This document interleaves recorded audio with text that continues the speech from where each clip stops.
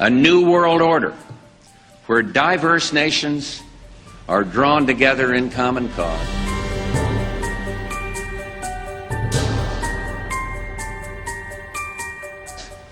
To achieve the universal aspirations of mankind, peace and security, freedom. The United States has more people in prison than anywhere else in the world. And the rule of law. Such is a world worthy of our struggle and worthy of our children's future. We need to understand this about the UN, and this idea of collectivism in all of these glorious forms is being pushed daily in the Western world, in North America for sure, in the United States, and I know in Canada, under the deceptive or mysterious title of Agenda 21. Anybody here heard about Agenda 21? Well, some. You need to all know about it. It's a code phrase. It's the title of the program for collectivism, global collectivism, which was designed at the United Nations and is being implemented as we speak in every country of the world, at least where the UN has an interest in implementing it, in the more advanced nations. And it's being done under the guise of environmentalism. They're using the label of, let's be concerned about our planet Earth. Our planet Earth is being destroyed. We're losing our natural resources.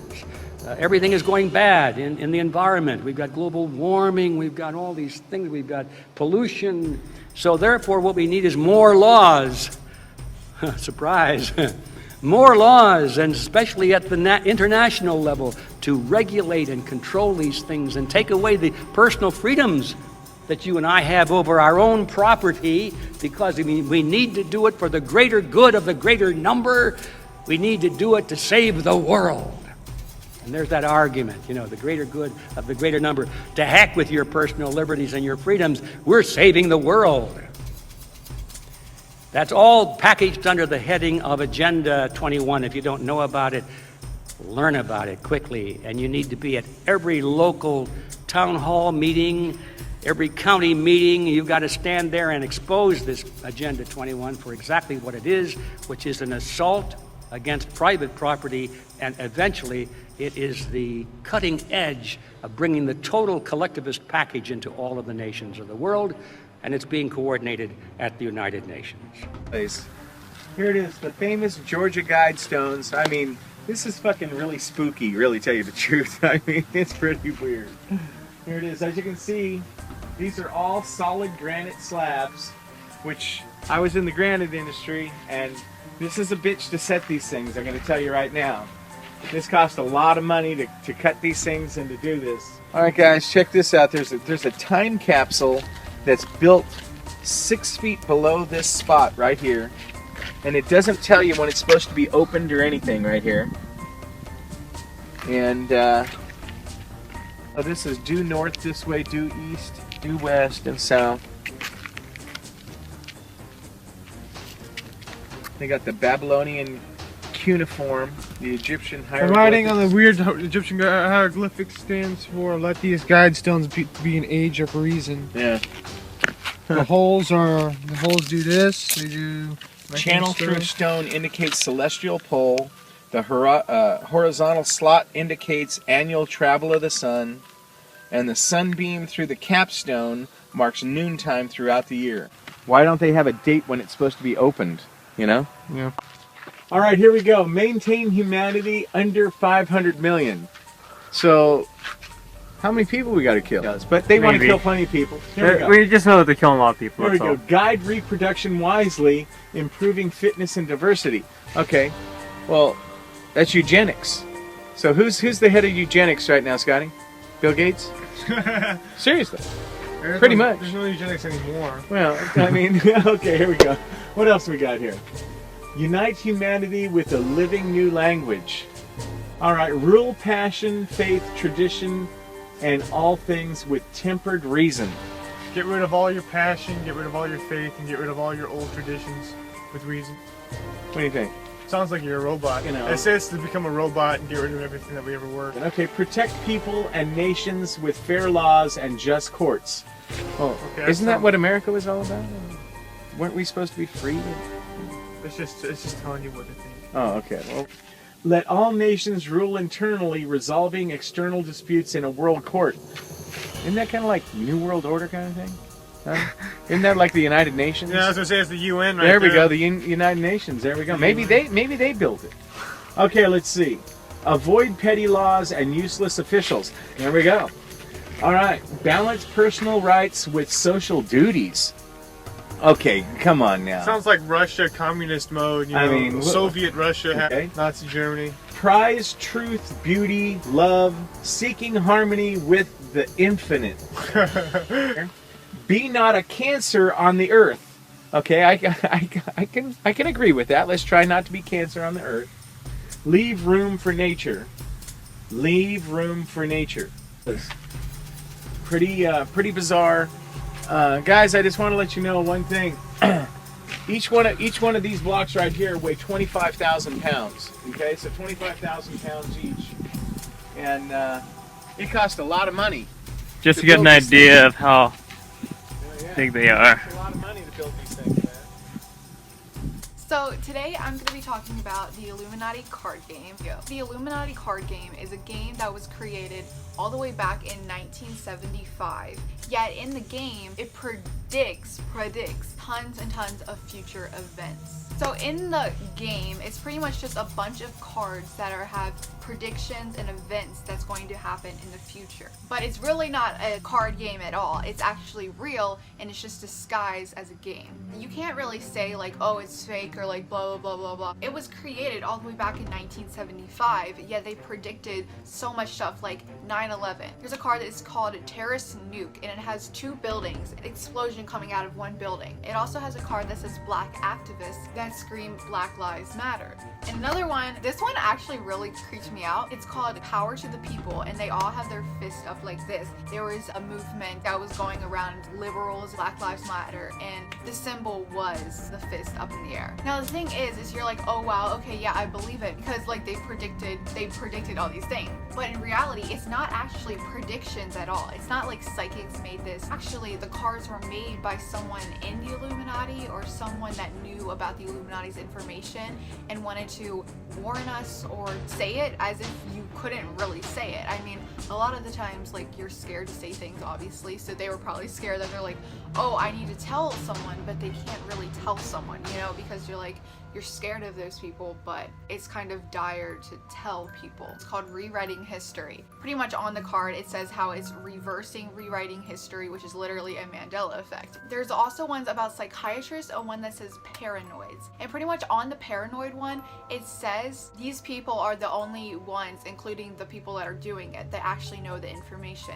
So I'm thinking, I always have like in the back of my mind thought, maybe paranoia and like psychiatrists, like what if those things are actually like real? There's another one that's called AMA. Basically, it has a doctor holding a skeleton. Basically what that means, honestly, is kind of obvious. The healthcare system make money off of you being sick. So they're not going to treat you and make you better because they make money off of when you're sick. That's their whole thing, is you being sick. So why would they treat you for being sick when you being sick gives them money? You know what I'm saying? They already have the cure of cancer. I mean, it's been found in Israel. They just kept it hidden. I mean, I watched a documentary on it in church and stuff. They already found the cure of cancer is in Israel. There's another card, it's called population control. And obviously we all know that population control, we all know the streaks in the air, the fluoride in our water, which actually another Illuminati card, there's a one about fluoride in your water. Basically, just like the fluoride in the water and everything, there's population control. So what I'm saying is they don't care if you're sick or not, because their end goal anyway is having population at 500 million. Bill Gates has even said this. Let's go to a couple questions that we've actually received since we started the webcast. The first is on population growth, and the question is, one of our most pressing issues is population growth. How do you expect this to be addressed? Well, the population growth issue at the global level is not that daunting. That is, the population percentage-wise is growing slower today than in the past, and so it will actually peak out. The problem is that the population is growing the fastest where people are less able to deal with it. So it's in the very poorest places that you're going to have a tripling in population by 2050. Niger right now, it's still 7 children per family, whereas in the richer countries, you're often at a stable point of which is 2.1 or even less. And so it's really an acute problem in a certain number of places, and we've got to make sure that we help out with the tools now so that they don't have an impossible situation later. And the reason why is because it's easier to control. And you're probably like, well, if they want 500 million people, then why don't they just kill off, like, bomb places? Because if they bomb places, then it's going to be so obvious to people that that's what they're doing. So the people that are left, the 500 million that are left, they're going to riot up against them. There's another one called Saturday Morning Cartoons, and it has a little boy, and he's sitting in front of the TV, and it basically has a hand coming out that says bye. And what I really think that means is, you know how much, like, evil, creepy, like, twisted stuff that we see that we didn't notice when we were little, but we see them now in cartoons that we even watched when we were little. Okay, good boy. Prospector, how about you? And so you two are absolutely identical? You know, I'm sure I could get you a part in Toy Story 3. I'm sorry, are we back? Oh, all right, girls. Lovely talking with you. Yes, anytime you'd like some tips on acting, I'd be glad to chat with you. All right, off you go then. Somebody untie the knot in this guy's cord. Why don't you just shut off? Hey, I'm real scared there, Kirby. What are you gonna do, suck me to death?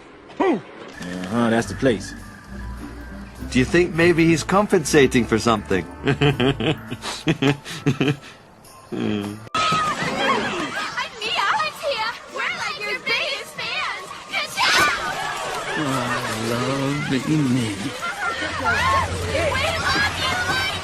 If I don't love it, I don't swallow.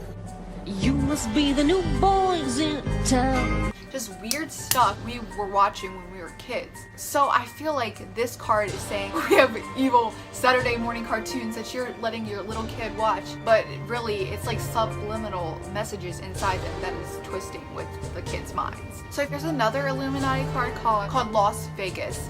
Now, if you guys know, there was a big, humongous shooting, like one of the biggest, I think, in history at the Mandalay Bay in Las Vegas last October. Just looking at it, you kind of would be like, you know, like, oh, Las Vegas, you know? But if you really look at it, there's like a checkered red and black thing, and there's 2 holes inside of it. And where the guy was shooting from the hotel, there was 2 bullet exits. The woman, you just think, oh, she's like doing legs. But if you put like a clock around her legs make 10:30, and the shooting happened at 10:08. Went on for about 45 minutes, I think. So that would be 10:30 is when it stopped.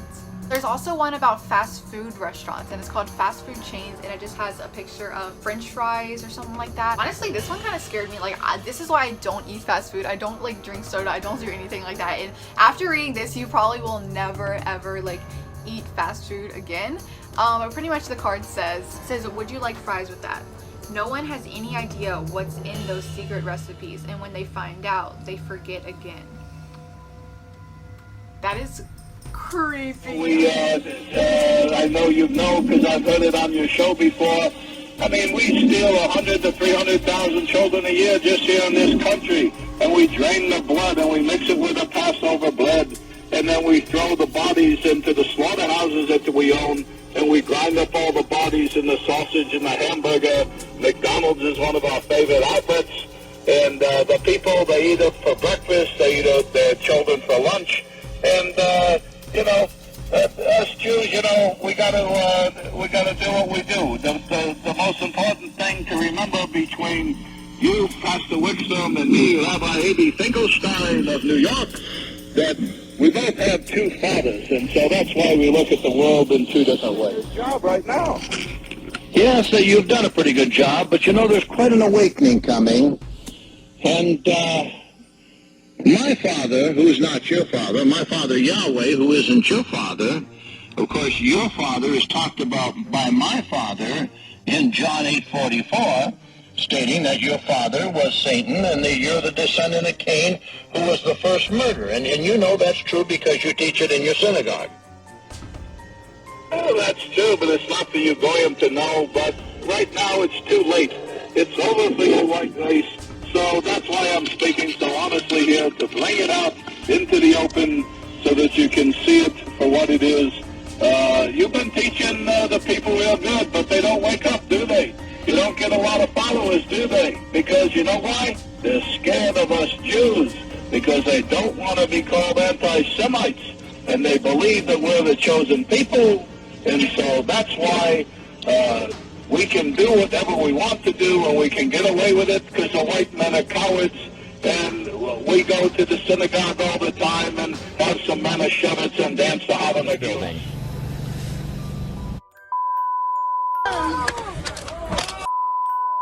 Chicken chaos at the Popeyes drive-thru in Crenshaw.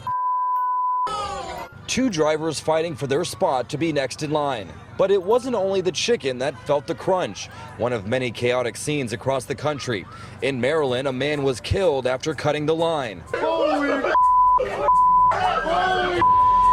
Then there's this guy who jumps over the counter and attacks the manager because they ran out of the chicken sandwich. When this guy doesn't get his way, he jumps through the drive-thru window. Oh my God. From Maryland to here in LA, the videos went viral. The next one is flat earthers, and I talked about this in my, I think 4 videos ago I talked about this. Pretty much in this card it says flat earthers, and me, I don't think the world is flat, obviously, but pretty much just like the card says, it says people laugh, but the flat earthers know something. What it's saying is people laugh at people that think the earth is flat, but really the people that think the earth is flat are onto something. Like, no, it's not flat, but they're onto something about like the earth or like the shape of it or something. Like I said, we never have actually seen a picture of the earth that's actually real. We genuinely don't know what the world looks like. Now there's one called cold fusion. If someone makes like a disease, like scientists make a disease, they would need to make it very like catchable and not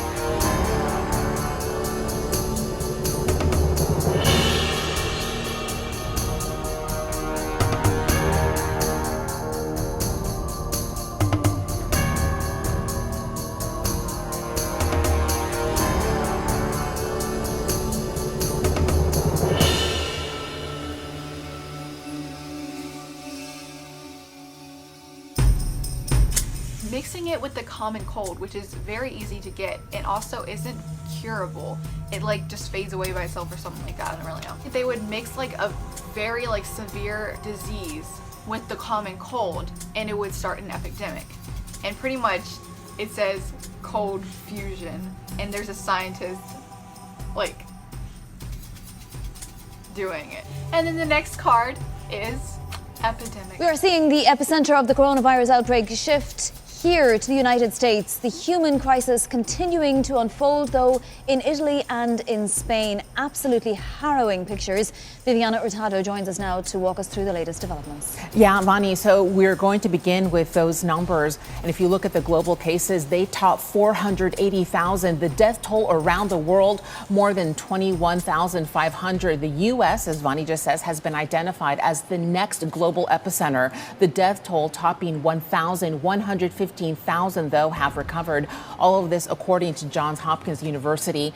Italy has suffered the highest death toll. More than 7,500 people there have died. Now, Spain reporting a surge in cases, though there are fewer deaths than a day earlier. In Europe, over the past week, the number of infections has tripled. All of this according to the World Health Organization. It also adds Europe now accounts for 7 out of 10 fatalities, the concentration in Spain and Italy. But in other parts of Asia, WHO reports fatalities and infections are rising in Indonesia, Malaysia, and Thailand. This as Tokyo heads into the weekend. There's also a card called Conspiracy Theorist, and it's so funny. It's like Conspiracy Theorist, and then at the power, where it's like on the game, like power, it says power 0. So actually the march on Washington was very recent, and there's a card on that. There's a card that says Law and Order, and it's not meaning like Law and Order like the show. It has a policeman beating a man. Once they get the guns away, that's what the gun control one is.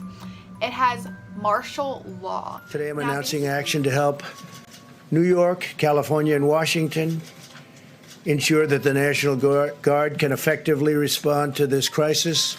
The National Guard, these are tremendous people. They're fully on alert. We've signed what we had to sign, and it's been activated. We're dealing also with other states. These states have been hit the hardest. Actually, pretty much by far, you could say the hardest. Everybody can see that. Just look at the numbers. And through FEMA, the federal government will be funding 100% of the cost of deploying National Guard units to carry out approved missions to stop the virus while those governors remain in command. So the governors locally are going to be in command, and we'll be following them, and we hope they can do the job, and I think they will. Now, basically, if they can alter the Second Amendment, which is like the right to bear arms, they can alter the Constitution, and then they can honestly take control of your rights, and that's when martial law comes in. Because if you don't have guns, you can't defend yourself like pretty much any other way, especially from the government. So you can't really, that's when martial law comes in, when they can control like everything you do. And if you don't know what martial law is, it's pretty much like living in like a concentration camp or something like that. So there's one on the Supreme Court, and pretty much it just has a bunch of men, all white, with the Illuminati sign. Even like obviously the picture's creepy, but what it says, which is honestly what I believe. So pretty much the card says, by using its action, the Supreme Court can cancel one action of any other government group. Yes, this includes government groups outside of the US. Don't ask, you don't want to know. Basically, it's saying that all governments are together. Basically a huge play. All these cards are in chronological order. If you lay them out and do first to last, they're all in a chronological order. How they know these cards are going to happen, it's because they all are plans. The Illuminati plans everything. They plan it like 500 years in advance. Like these things that are happening now, they already knew was going to happen, and that's why there's a card game, because someone got the information, either the Illuminati made themselves or someone that knew about their information made this card game so that they can warn us or just show us kind of however they could show us how or what is going to happen. It's not predictions, it's not anything like that, it's just their plan in a disguised card game. One of them that really scared me is one that says enough is enough, and it has a picture of a man screaming or like yelling, or the heck. And that literally exactly came true when Donald Trump literally was like screaming, and put that thing side by side, and it's literally exactly the same. And enough is the hashtag for gun control. It's all planned. Then there's the goal of New World Order, World War III. If you look at the smoke little things, you can see the little pyramid in the middle, because they always have to incorporate that, okay? Obviously God's gonna come back before World War III. That's basically the Illuminati card game. If I were the devil, if I were the devil, if I were the prince of darkness, I'd want to engulf the whole world in darkness, and I'd have 1/3 of its real estate and 4/5 of its population, but I wouldn't be happy until I had seized the ripest apple on the tree, thee. So I'd set about, however necessary, to take over the United States. I'd subvert the churches first. I'd begin with a campaign of whispers. With the wisdom of a serpent, I would whisper to you as I whispered to Eve, do as you please. To the young, I would whisper that the Bible is a myth. I would convince them that man created God instead of the other way around. I would confide that what's bad is good and what's good is square. And the old I would teach to pray after me, Our Father, which art in Washington. And then I'd get organized. I'd educate authors in how to make lurid literature exciting so that anything else would appear dull and uninteresting. I'd threaten TV with dirtier movies, and vice versa. I'd peddle narcotics to whom I could. I'd sell alcohol to ladies and gentlemen of distinction. I'd tranquilize the rest with pills.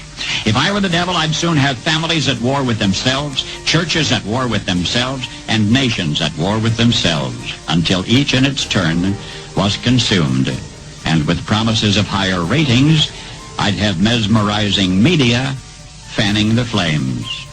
If I were the devil, I would encourage schools to refine young intellects, but neglect to discipline emotions. Just let those run wild. Until before you knew it, you'd have to have drug-sniffing dogs and metal detectors at every schoolhouse door. Within a decade, I'd have prisons overflowing. I'd have judges promoting pornography. Soon I could evict God from the courthouse, then from the schoolhouse, and then from the houses of Congress. And in his own churches, I would substitute psychology for religion and deify science. I would lure priests and pastors into misusing boys and girls and church money. If I were the devil, I'd make the symbol of Easter an egg and the symbol of Christmas a bottle. If I were the devil, I'd take from those who have and give to those who wanted until I had killed the incentive of the ambitious. And what'll you bet? I couldn't get whole states to promote gambling as the way to get rich. I would caution against extremes in hard work, in patriotism, in moral conduct. I would convince the young that marriage is old-fashioned, that swinging is more fun, that what you see on TV is the way to be. And thus I could undress you in public, and I could lure you into bed with diseases for which there is no cure. In other words, if I were the devil, I'd just keep right on doing what he's doing.